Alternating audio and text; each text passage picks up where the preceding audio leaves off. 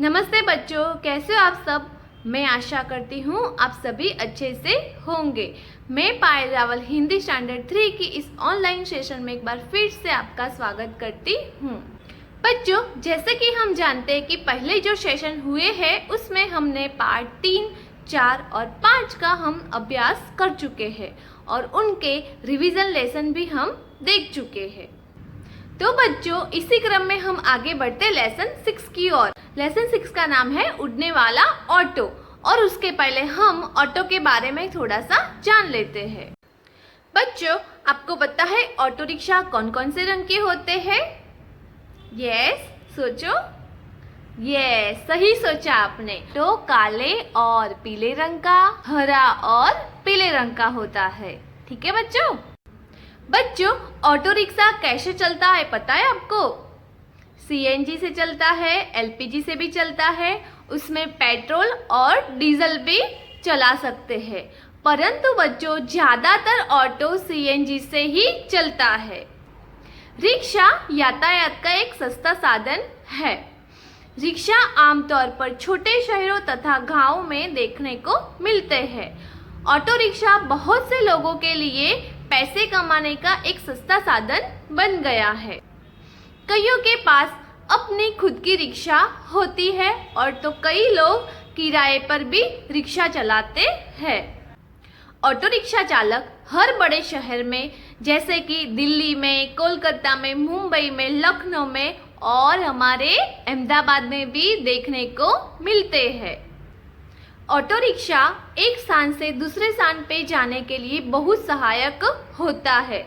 और बच्चों, auto rickshaw में बैठना सबको अच्छा लगता है, यानी कि ऑटो रिक्शा की सवारी करना सबको अच्छा लगता है, चाहे वो आपके पापा मम्मी हो, आप हो, मैं हूँ या आपके दादा दादी हो।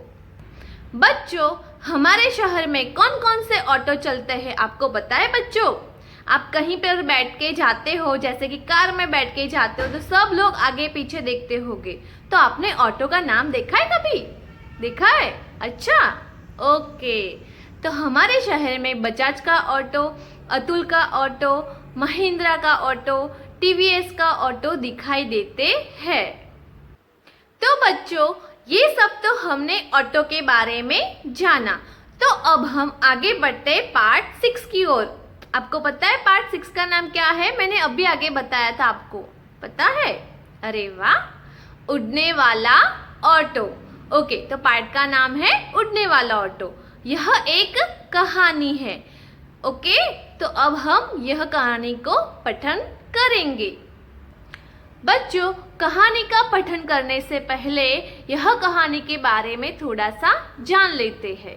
बच्चों, यह कहानी में दिल्ली की सड़कों की भीड़ भाड़ में फंसे हुए एक ऑटो रिक्शा वाले को एक दिन कुछ अनोखा अनुभव होता है और उस आदमी का नाम है शिरीष जी। बच्चों, शिरीष जी की ऑटो का नाम क्या रखा है पता है बच्चों? उसका नाम है अर्जुन। अर्जुन के मन में एक इच्छा थी कि वह उड़ना चाहता था। वह सोचता था कि अगर मेरे हेलीकॉप्टर जैसे पंख होते तो, लेकिन अर्जुन जानता था कि यह तो बस एक सपना है। तो आइए बच्चों, उसी ऑटो के चालक और सवारी के साथ सैर करते हैं और जादू का मजा लेकर इस कहानी को अच्छे से समझ लेते हैं। कहानी को समझने से पहले यह कहानी का पठन कर लेते हैं।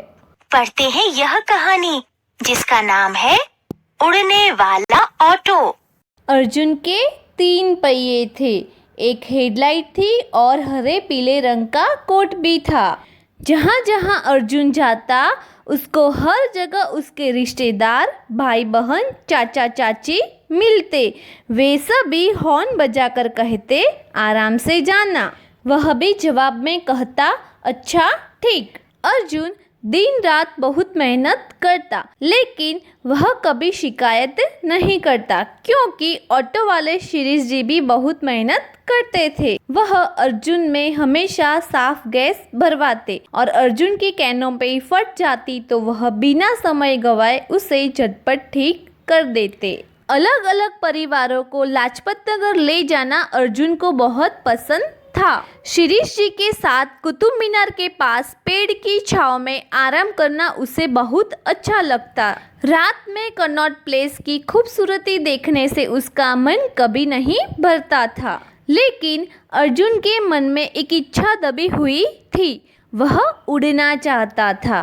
वह सोचता, कितना अच्छा होता अगर मेरे भी हेलीकॉप्टर जैसे पंख होते। लेकिन अर्जुन जानता था कि यह तो बस एक सपना है। गर्मी के दिन थे। भीड़ भाड़ वाले एक चौराहे पर अर्जुन खड़ा इंतजार कर रहा था। शिरीष जी के पीछे ऑटो में पुरानी सी साड़ी पहने एक औरत बैठी थी। पास ही एक बच्चा कार और ऑटो के बीच जाकर पानी बेच रहा था। उसकी आंखें चमकीले पत्थरों जैसे जगमगा रही थी। मैडम पानी ले लो, बहुत ठंडा पानी, एकदम जादू, लड़के ने कहा। औरत हंसते हुए बोली, जादू।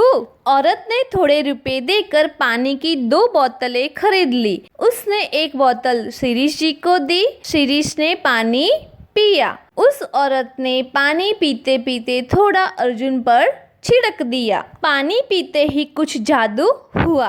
सड़क से गाड़ियां हटने लगी और अर्जुन आगे बढ़ने लगा। अचानक अर्जुन को महसूस हुआ कि उसके पहिए पर दबाव कम हो गया है। अर्जुन हैरान हो गया। उसके पहिए सड़क से ऊपर थे, ऊपर और ऊपर। वह उड़ता जा रहा था। अर्जुन ने सोचा, जरूर यह जादू है, ऑटो का जादू। अर्जुन को आता देखकर चिड़िया तितर बितर हो गई। अर्जुन की हेडलाइट जगमगा उठी। अर्जुन इंडिया गेट के ऊपर से उड़ रहा था। उसे यमुना नदी और अक्षरधाम मंदिर भी दिखाई दिए। नीचे सड़कों का जाल दिखाई दे रहा था। शिरीष जी खुशी से चीख रहे थे। न तो उन्होंने हैंडल पकड़ा था और न ही वे गाड़ियों से बचने की कोशिश कर रहे थे। अर्जुन ने उड़ते उड़ते कई जगहें देखी। उसे हवा में घूमना बहुत अच्छा लग रहा था। काफी देर घूमने के बाद अर्जुन वापस नीचे उतरने लगा। वे जमीन पर पहुंच गए। अर्जुन के पहियों ने गर्म सड़क को छुआ। इंजन ने राहत की सांस ली। औरत ऑटो से उतर गई और उसने शिरीष जी को किराया दिया। चारों ओर ऑटो ऑटो ऑटो की आवाज़ें सुनाई देने लगी। आवाज़ें अर्जुन को बहुत अच्छी लगी। हर सिग्नल, हर साइन बोर्ड, हर मोड़ उसे कुछ कह रहा था। ध्यान से जाना भाई, सड़क के नुक्कड़ से अर्जुन को एक भाई ने कहा। अर्जुन बहुत खुश था। उसका सपना पूरा हो गया था। बच्चों, यह कहानी का जब मैंने पठन किया तो आपने देखा कि शिरीष जी की ऑटो को कौन कौन सी जगह घूमना अच्छा लगता था। पहले उसने कुतुब मीनार के बाजू में पेड़ की छांव में आराम किया। उसके बाद उसको कनॉट प्लेस की खूबसूरती भी अच्छी लगी। फिर आपने क्या देखा बच्चों? वह कहाँ गया? वह गया इंडिया गेट। फिर वह यमुना नदी से अक्षरधाम मंदिर भी उसने देखा। तो बच्चों, इस कहानी को समझने से पहले यह कहानी में आ रहे शब्दार्थ के बारे में जान लेते हैं। शब्दार्थ। First number, canopy. कैनोपी का मतलब होता है छत। सेकंड नंबर, मेहनत। मेहनत का मतलब होता है परिश्रम या प्रयास। थर्ड नंबर, झटपट। झटपट यानी जल्दी, तुरंत। फोर्थ नंबर, बहुत। बहुत यानी अधिक या ज्यादा। नंबर फिफ्थ, पेड़। पेड़ यानी वृक्ष या तरु। नंबर 6, सपना। सपना यानी ख्वाब, जो हम रात को सोते समय देखते हैं, है ना बच्चों। नंबर 7, इंतजार।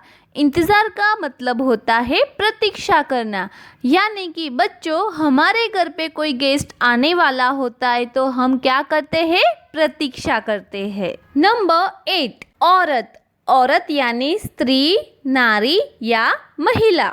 नंबर 9, जादू। जादू यानी टोटका या माया। नंबर 10, सड़क यानी पथ या मार्ग। नंबर 11, रिश्तेदार, रिश्तेदार का मतलब होता है कुटुंबीजन या संबंधी। बच्चों, हमारा आज का सेशन यहीं पर समाप्त होता है, लेकिन जाने से पहले आज का आपका होमवर्क है, यह कहानी को आपको 2 बार पठन करना है।